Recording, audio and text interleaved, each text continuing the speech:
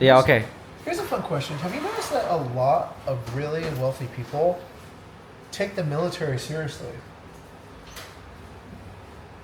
It's because they're so close to it, right? Well, it's because if you want it, you need to go and get it. Or somebody in your family needs to go and get it. It's not free, right? So somebody will remember that merchants and all can exist in peace, but when there's a war, you're just like cattle. You're a milk cow. So if you don't have armor, you don't have teeth, you don't have a guard dog protecting you, you're just done. You know, there's nothing there. Sacrifice. So people I've noticed that are even the royal family of England, they always make sure that their descendants serve in the military. They don't fuck around with that. Even sometimes it's a ceremonial thing, but they always serve. And I think it's important. If you want to keep power, then you need to be somewhat involved in the military. The military can't hate you, and the military cannot think that you're just a Commoner. right, because then they have no incentive to protect you, right? Yeah. So I've noticed that. That's another pattern. I have no ties with the military, so I know I'm not that powerful. But yeah. Anyway.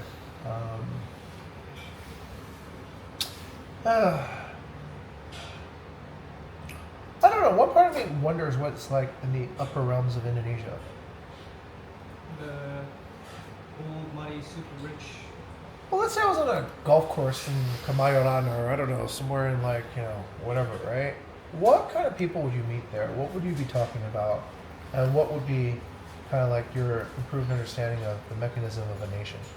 I find it fascinating. Somehow I find it's much more accessible here than in the United States. I would imagine you would too. You would in that sense. You're a business owner. But I'm not like, okay, let's say if I was, this is what I get in Jakarta. I feel like in Jakarta, the barriers are somewhat permeable for somebody who looks like me. Yeah. Because Permeable, you can pass through it? Yeah, you can go up and down the caste system, right? Same way you can go to Ayana without having to. Probably, yeah, probably not. Probably. You can try it too. No, they'll kick me out. They'll I think don't I'm a think- billboy. Unless you go with Jing first. Oh yeah, that I happens. don't know. Yeah, unless you go with Jing first. I think maybe you underestimate yourself too as well. But yeah, Duff I've noticed has adopted like a Indonesian accent or an English accented Indonesian to I don't know whatever To say his stuff. Right? to mingle better, right? Not have any. Okay, I get it, right? I saw that in China too. Chinese people hate Chinese people, but they treat foreigners with much more respect. So it's sort of like the one part of me that hates being Chinese too. So like, Chinese people treat other Chinese people with such disrespect, and Don't they have like that culture where they just treat white people like a? not so much anymore. Not anymore. Not so much anymore, but they definitely will not respect another Chinese person. That's kind of like the saddest part. Oh, whatever. Well, this was 20 years ago. When I came to Indonesia, I felt a lot more in love with Indonesia than with China, even though I'm Chinese, and even though a lot of part of the Chinese experience resonates really deeply when I'm there. But the one part I hated was Chinese people just don't really respect other Chinese people at all. Not united as a collective. Well, that was the biggest problem. Even now, I don't think they're. I think they are. I guess there's just too many people. It's like I've never seen such huge crowds as in China. Like China scale crowds are so fucking like next level. It's like whoa. Even compared to Jakarta. Jakarta is like kind of like a normal sized city. Well, there's like 16 Jakartas in China. Oh. You know, that's probably like more. There's probably like 30. There's like 30 cities between 10 and 30 million people. It's like it's I don't know. That might be exaggeration, but there's a lot. China feels like a universe. So from the outside it looks like one thing, but when you get inside, it's like a universe. It's like, fuck, this neighborhood is like a million people. It's like, that's just blinding. Okay, this is kind of like the way I put it. If you were a 1D character, okay, you probably would be living in the United States somewhere. Yeah. Sure. Okay. If you're a 1D character, you probably live in, some small town in Indonesia or whatever, right? If you're a 2D character, maybe you live in a major city somewhere in the world. If you're a 3D character, you live in China. I would imagine really people live in multiple countries. No, what I meant was like, okay, so let's say you go to a place like Jakarta. It's vast, but it's not complicated. Right. Meaning that, you know, The healthcare is somewhat. uniform. It's not very like really deep, right? It's fairly shallow. You get in China, you get this feeling that this culture goes really, really far back in time. All right, Like deep rooted. like really, really deep rooted. Like the time is another dimension. So that's why I say it's 3D, right? You feel like, okay, here's a building here, and it's been here for 3,000 years, you know? And you ask, what was this building? It looks like a temple. Oh, it was like a masjid 20 years ago. And 200 years ago, it was like a Confucian temple. And then 3,000 years before that, it was Taoist. And you're like, the fuck? That thing is just like, yeah. It's like seeing pyramids everywhere. And that's what's astounding, because you look at other places where there's ancient ruins, and the people are gone. They're not there anymore, you know? Like the Incans are not there, the Aztecs aren't there. But in China, it's like, you know, it's been The Chinese there for a are long there. time. They've been there for a long, long time.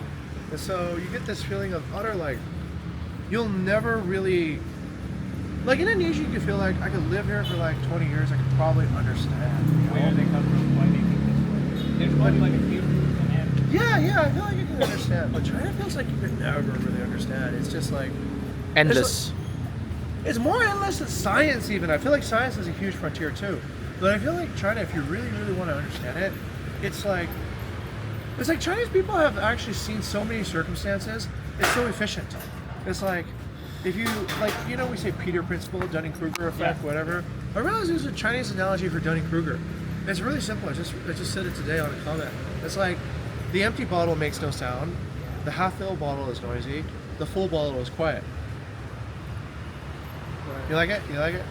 The empty bottle, it's the same as Dunning-Kruger. When you know nothing, you say nothing because you don't know anything, right? You know a little, you talk a lot, you think you know everything.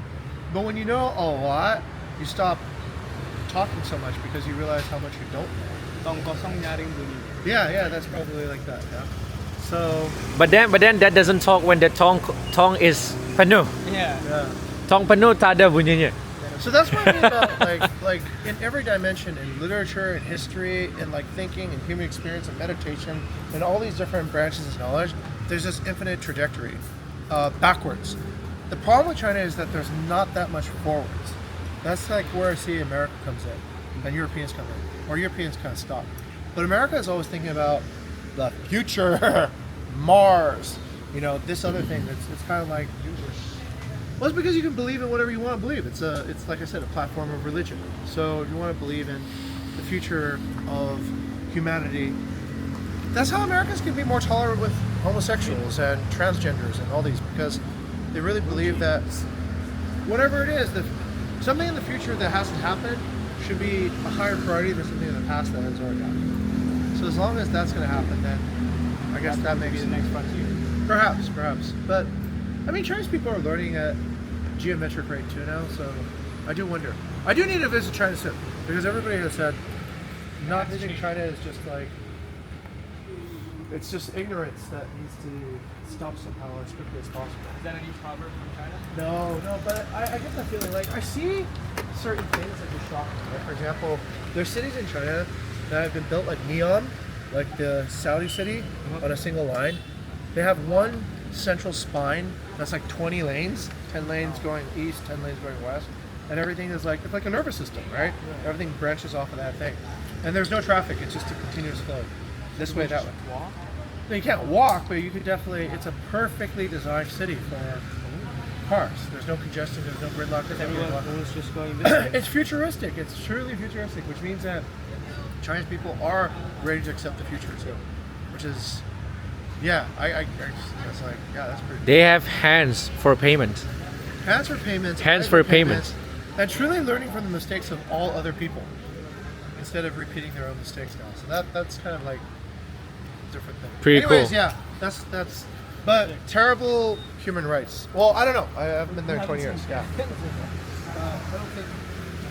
I don't know. I think Chinese people need balls and need probably respect for each other. Those are two parts that. Oh, whoa, whoa, you can't. I need to get some. I get some. You wanna go to a swim after this? Yeah, you wanna come? Yeah, I guess I wanna swim too. I guess I'm gonna get my replacement. What is it? Oh shit! Oh my god! Oh my gosh! Oh, all right, in any case, I'm gonna get my replacement clothes. All right. When I go back, I hope it's reached 1,000. What?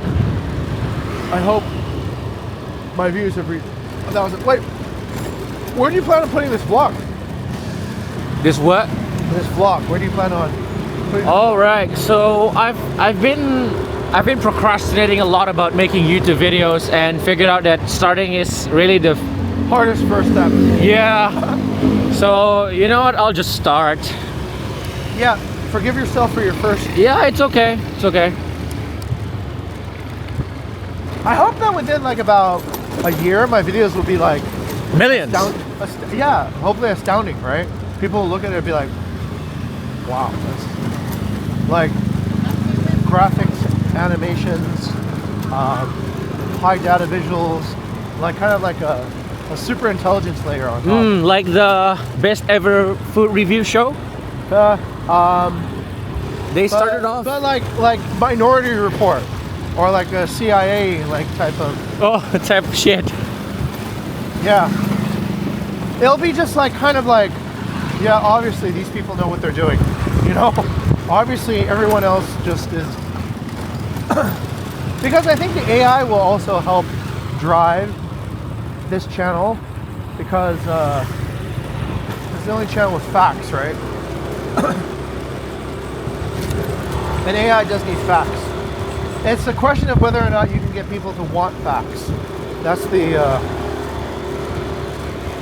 bottleneck cultural shift. yes, the cultural transformation. Okay, Is if people ask for facts, and facts will prevail, and we have a lot of facts, right? Which is already happening. I talk to people and they're like, "Yeah, I love your show. Why? You talk about data. It's fact driven." Yes.